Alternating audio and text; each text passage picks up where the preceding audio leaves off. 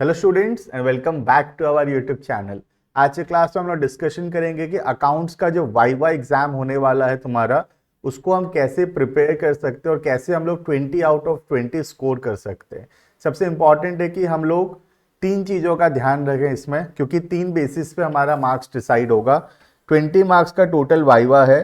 20 के अंदर जो 12 मार्क्स है, 12 मार्क्स तो कंप्लीटली रिटन टेस्ट है। इस रिटन टेस्ट के अंदर दो 6 मार्क्स के क्वेश्चन जनरली पूछे जाते हैं, जो कि एक रेशियो चैप्टर से होता है और एक कैश फ्लो स्टेटमेंट से पूछा जाता है। ठीक है, तो ये 12 मार्क्स को हमको बहुत अच्छे से प्रिपेयर करना है, बिकॉज रेशियो से आएगा 6 मार्क और कैश फ्लो से आएगा 6 मार्क्स। उसके अलावा 4 मार्क्स का तुम्हारा प्रोजेक्ट फाइल होगा, जो कि तुमको अपने अपने रेस्पेक्टिव स्कूल्स में प्रोजेक्ट दिए गए होंगे।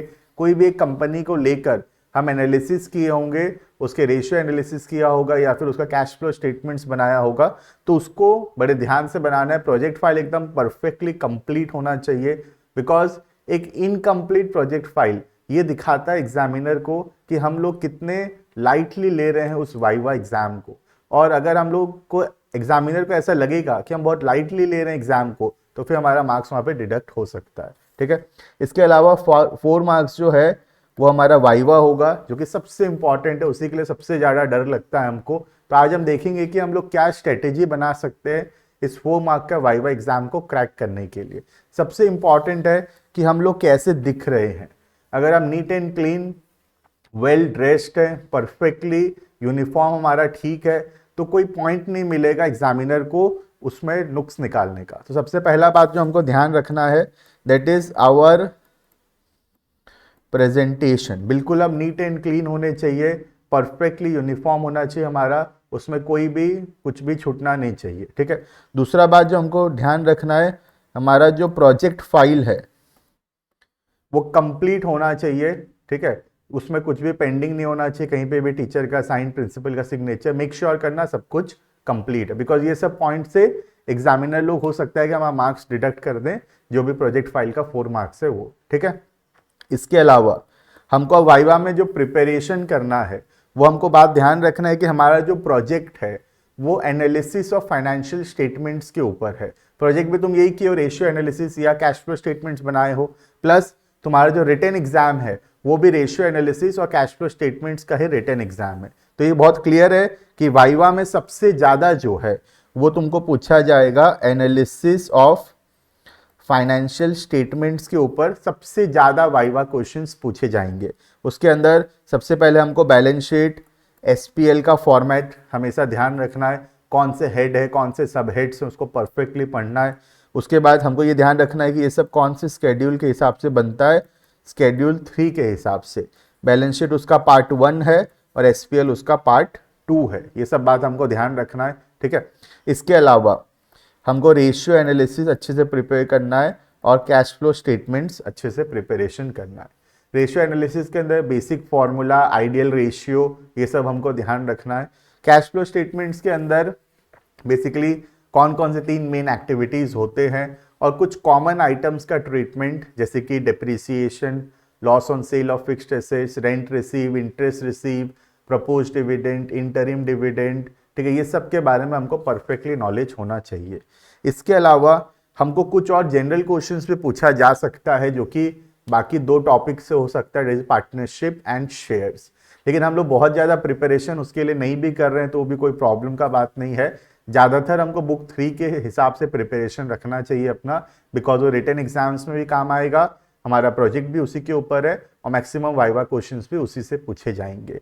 इसके अलावा कुछ कॉमन चीज़ें हम ध्यान रख सकते हैं पार्टनरशिप का, जैसे कि पार्टनरशिप डीड क्या होता है, उसमें क्या क्या लॉ है जो in the absence of the partnership deed, goodwill का क्या फॉर्मूला है, WCR IFR क्या होता है, शेयर्स के केस में शेयर क्या होता है, डिबेंचर्स क्या होता है, फोरफीचर क्या होता है। ये सब हम थोड़ा थोड़ा टर्म्स याद रख सकते हैं। हमको प्रैक्टिकल क्वेश्चंस के अंदर नहीं जाना है इसमें, क्योंकि वाइवा एग्जाम में प्रैक्टिकल क्वेश्चन नहीं करवा सकता, हमसे पूछ नहीं सकते प्रैक्टिकल क्वेश्चंस। हमसे ज्यादातर क्या हो सकता है, थ्योरी क्वेश्चन या उसका डेफिनेशन ही पूछा जा सकता है। तो अगर हमको उसका मीनिंग या उसका डेफिनेशन पता होगा, दैट विल बी सफिशिएंट। ठीक है, ये सब के अलावा जो मेरा एक्सपीरियंस है उसके हिसाब से मैं बता रहा हूं कि हर एक एग्जामिनर ये अपना क्वेश्चन कंप्लीट करने के बाद तुमको एक मौका जरूर देता है, ये बोलता है कि तुम बताओ कि तुमको कौन सा चैप्टर अच्छे से आता है। तो हमको एक स्ट्रॉन्ग चैप्टर प्रिपेयर करना होगा, जिसके लिए अगर एग्जामिनर पूछे तो हम बोल पाएंगे कि हमको गुडविल आता है, या फिर हमको शेयर कैपिटल आता है, या हमको डिबेंचर्स आता है। ठीक है, ऐसे करके हम एक चैप्टर हमको सिलेक्ट करना चाहिए। हमेशा कोशिश करना कि बहुत छोटा चैप्टर सिलेक्ट ना किया जाए, क्योंकि बहुत ज़्यादा छोटा चैप्टर सिलेक्ट करने से क्या होगा, एग्जामिनर फिर तुमको दूसरा चैप्टर के बारे में बोलेगा कि और एक चैप्टर बताओ कौन सा आता है, तो दिक्कत हो जाएगा। तो कोशिश करना एक थोड़ा सा एवरेज चैप्टर लिया जाए, ज़्यादा बड़ा चैप्टर नहीं, तो जिससे क्या होगा, तुम बड़े आसानी से उस चैप्टर के क्वेश्चंस का आंसर दे पाओगे। तो एक चैप्टर को स्ट्रॉन्ग करना, बुक 1 एंड बुक 2 से एनालिसिस ऑफ फाइनेंशियल स्टेटमेंट्स को स्ट्रॉन्ग करना, इससे हमारा वाइवा ऑलमोस्ट क्रैक हो जाएगा।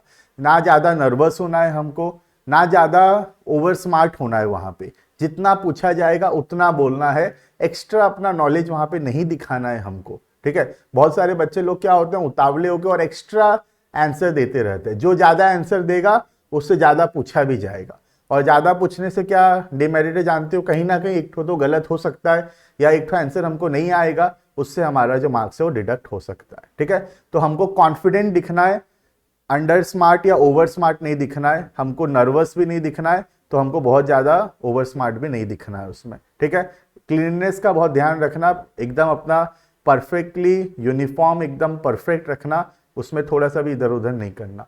ठीक है, बाकी मुझे पता है कि तुम लोग एकदम वाइवा फोड़ दोगे।